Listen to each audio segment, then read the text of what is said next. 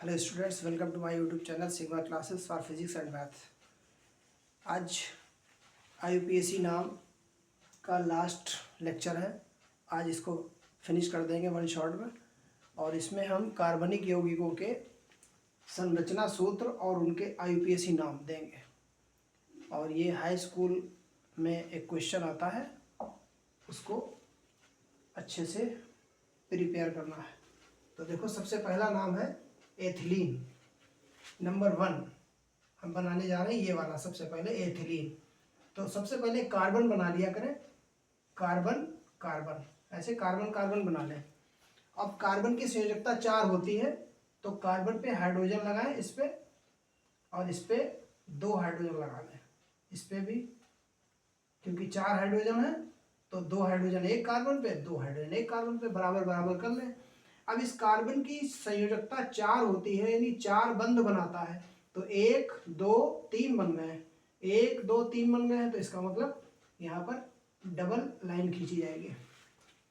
अब देखोगे इस कार्बन के 2 बॉन्ड और 2 ये 4। इसके देखो 1 2 हाइड्रोजन के साथ में एक ही बनता है, सिंगल बॉन्ड हाइड्रोजन बनाता है। कार्बन कार्बन के बीच में डबल हमने कर दिया, तो इसका नाम जो है C2H4 संरचना सूत्र बन गया। इसका नाम हो जाएगा, डबल बॉन्ड की वजह से IUPAC नाम हो जाएगा एथीन।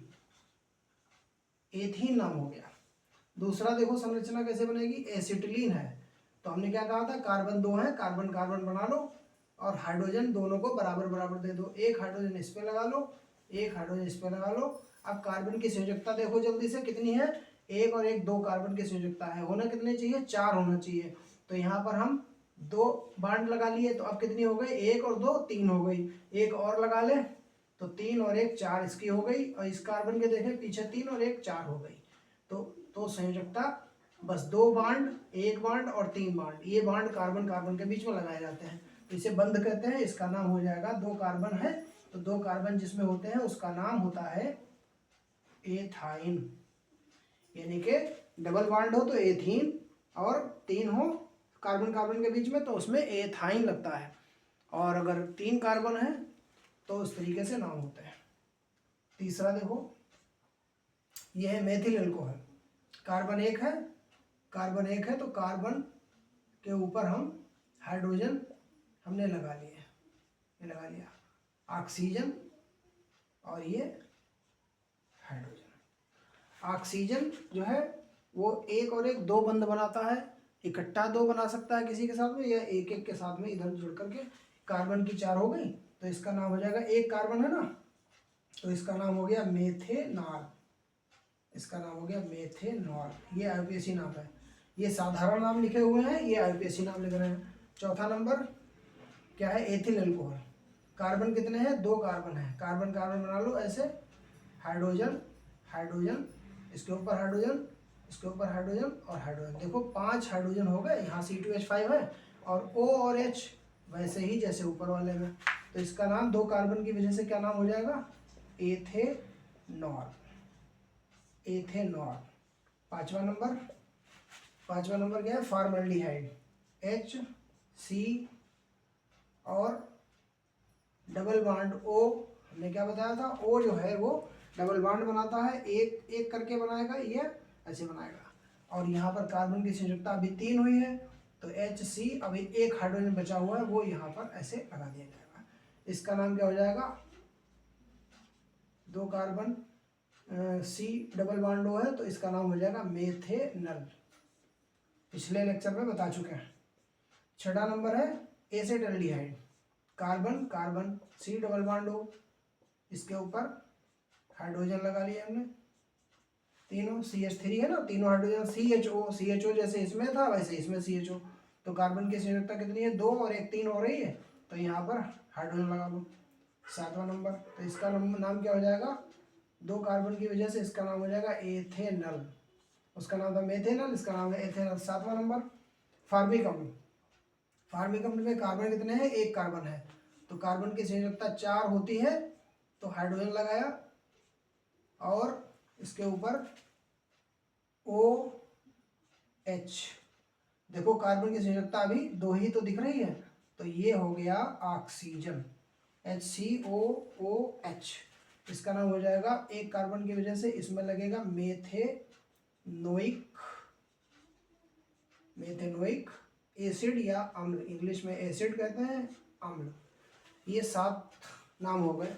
उसके बाद 8वां नंबर देखो, 8वां नंबर क्या है? 8वां नंबर एसिटिक अम्ल।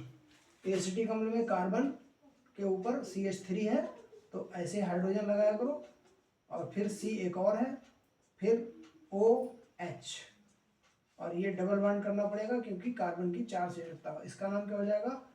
इसका नाम हो जाएगा, 2 कार्बन की वजह से एथेनोइक अम्ल, ये नाम हो जाएगा।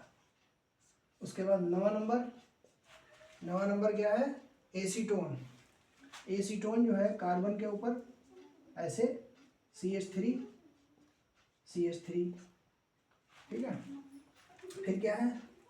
C double bond O, C, और जैसे उस वाले कार्बन पे CH3, वैसे इस वाले कार्बन पर CH3, और कार्बन की संयुक्ता बीच में 4 हो गई, 1 2 और 2 4। ऑक्सीजन हमेशा डबल बॉन्ड बनाएगा, सिंगल से बना सकता है, डबल से बना सकता है ऑक्सीजन। तो ऑक्सीजन को याद रखो, हाइड्रोजन सिर्फ एक सिंगल बॉन्ड बनाता है, केवल एक ही लाइन खींची जाती है। इसका नाम हो जाएगा, 3 कार्बन है तो इसका नाम हो जाएगा प्रोपेनोन। ये एसीटोन है ना, तो इसका नाम हो जाएगा प्रोपेनोन। 10वां नंबर है, 10वां नंबर क्या है? क्लोरोमेथेन। ये तो बहुत आसान है, कार्बन कार्बन 3 बॉन्ड है, ये इस तरीके से कर दिया, कार्बन कार्बन और उसके बाद Cl लगा दिया, तो इसका नाम हो जाएगा क्लोरोमेथेन। ये IUPAC नाम ही लिखा हुआ है। ट्राइक्लोरोमेथेन का मतलब होता है CH3,